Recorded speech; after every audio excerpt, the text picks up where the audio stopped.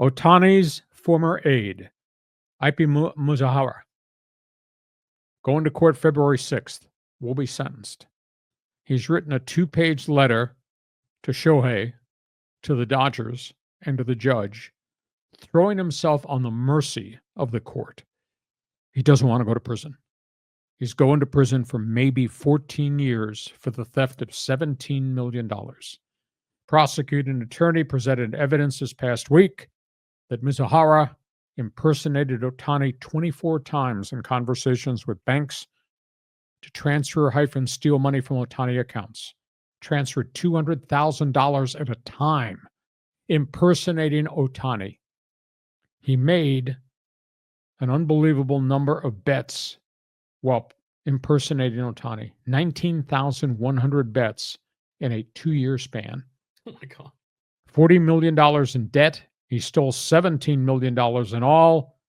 And then in the letter, he blames Otani for underpaying him as his personal aide and valet. Oh God. And the lawyers have said, this is such garbage, it's ridiculous. This guy was addicted. This guy's been betting since he was 18 in Japan. They have now asked, he could get as much as 14 years because the IRS is also involved in this. They've asked for 57 months, revocation of his visa, and send him back to Japan. So we'll see where that goes. New York Mets, Steve Cohen, the owner, he goes public. This Peter Alonso free agency has dragged on and on and on, and there have been different offers made.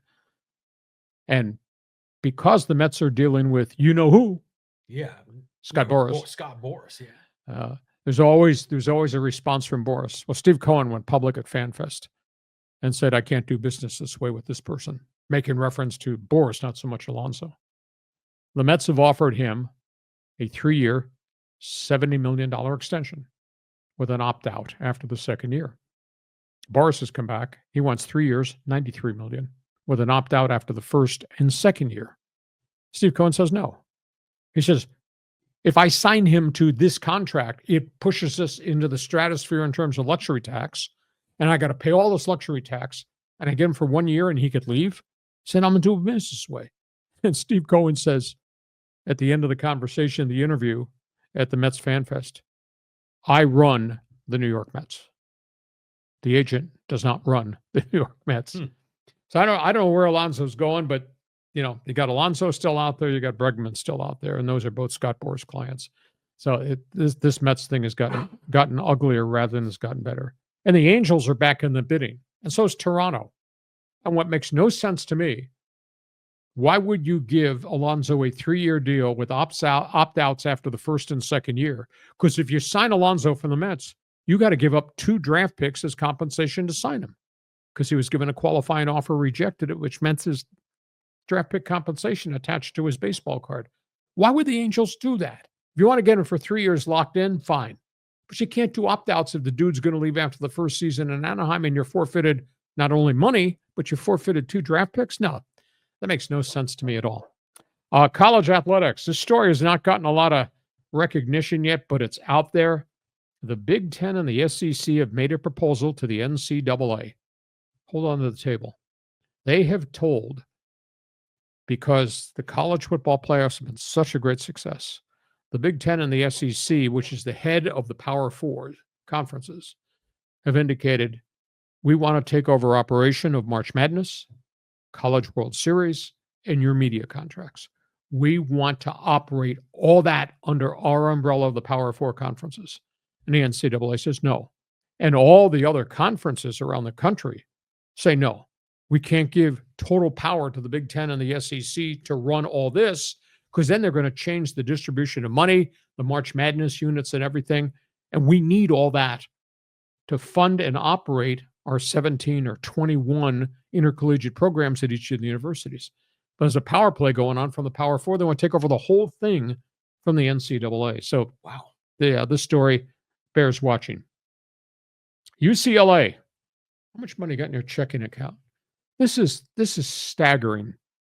UCLA has just transferred $30 million into their athletic department to try to bail them out of an unbelievable debt.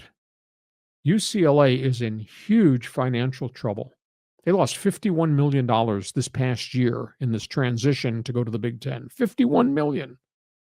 Now, they've added coaches and they got all the expenses of everything that's happened with this transfer to the Big Ten. In the last 6 years, UCLA has an athletic debt of $219 million. I mean, it's staggering. Yeah. Now, their theory is, well, now that we're joining the Big Ten, we're going to get a big piece of that TV pie, like $61 million per year. And that'll wipe this out. But how do you get $219 million in debt?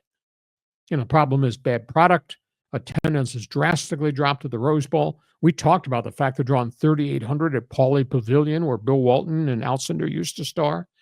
They've lost a chunk of their TV money because of the death of the Pac-12 network and how underachieving that was. What a financial disaster UCLA is. Next topic, former owner of the Washington Redskins - Commanders, Daniel Snyder, in a private interview in London, where he has since located, said he can't root for the Washington Commanders and the things they've accomplished because they accomplished it without him being the owner. I mean, there's a real sad sack interview of him being angry at everybody in the nation's capital for what the D.C. Commanders have become under new owner Josh Harris, what Dan Quinn has done. This man's intent was always to rake in the most amount of money and put it in his pocket. This man was guilty of this toxic workplace environment that got him fined $60 million. This man was the recipient of Paul Tagliabue's public comment. Dan Snyder is the worst owner in the history of the National Football League. Quote, do you know how far back that goes? And here's Daniel Snyder doing this interview, and ESPN got access to it. Just talking so much bitterness about what he created, what he left behind, and how it got him tossed out of the National Football League. And the last one is the Australian Open tennis tournament, just completed. We saw some things in terms of sportsmanship that I'd not seen recently. Novak Djokovic had to pull out of the semifinal with a leg injury. Fans booed him when he was coming off the court at the end of the first set. He could not go on. And they booed him. We found out later that day he went into that tournament playing with a torn hamstring, and he got booed. Well, the guy that beat him went public and said, don't boo this man. This man has meant so much to this tournament. This man has meant so much to pro tennis at age 37. He's won all those Grand Slam events. Now, Djokovic, in all honesty, was also involved in a terrible issue with the Australian government over his refusal to have a COVID test and get exiled from the tournament a year ago. Nonetheless, a player stood at center court as he had the mic in his hand as he was being interviewed for winning, and he lectured the fans and said, don't boo this man. This is a special man. And then we had the situation in the final round. Jannik Sinner wins his second straight Grand Slam event. He's a great player. This might be the next superstar. He ran off Russian Alexander Zverev. Straight sets, beat him, just ran him all over the court and put him away. As they were coming to shake hands, the fans in Australia were screaming in the stands, go back to Russia. Go back to Russia. Your soldiers. As if he's to blame for what's happened Russia versus Ukraine. Jannik Sinner stopped the interview and he lectured the fans about how this is not fair to this individual. He has nothing to do with what Putin has done in Ukraine, and he chastised his own fans. And then there was the temper tantrum in the women's final. Aryna Sabalenka got knocked out by Madison Keys. She really dominated, and Sabalenka just came unraveled, just smashing her racket on the court and the net and breaking a racket, throwing rackets, just totally lost her composure. Madison Keys buried her, broke her serve 3 times in the beginning of the match, and there were 4 double faults. Sabalenka, I've never seen her play so poorly. So weird week of import, or I should say deportment in the stands from the fans at the Aussie Open. So, John, there's a lot of topics there going. You can talk about Mizuhara, Steve Cohen, college football, Daniel Snyder, or the Aussies. There was a lot on that list right there. A lot of junk. Yeah. I mean, okay, first of all, UCLA losing a ton of money. We've been hearing about this for years. Yeah. And But who's making up the difference? The students are probably paying extra tuition, because I know a lot of students, when you pay your tuition, there's an extra line item Yes. for intercollegiate athletics, or taxpayers are kicking in to cover that. So yeah, they got to get their house in order, and hopefully it all sorts out for them. But this takeover of March Madness and the College Baseball World Series, the Big Ten and the SEC, or the Power Four, is it? Yep. That wanted. I mean, that's crazy.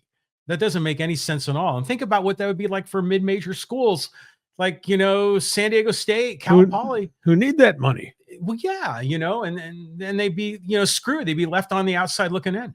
So I don't think this is going to pass. I don't think the NCAA's got so many problems right now. They get sued every time they make a decision, and they lose in court nonstop. So it's going to be interesting to see in the next calendar year how this whole thing changes, because I got to believe that it's going to change. What's the favorite beer in Australia? What are those people drinking down there? Treating Jokovic the way they treated him?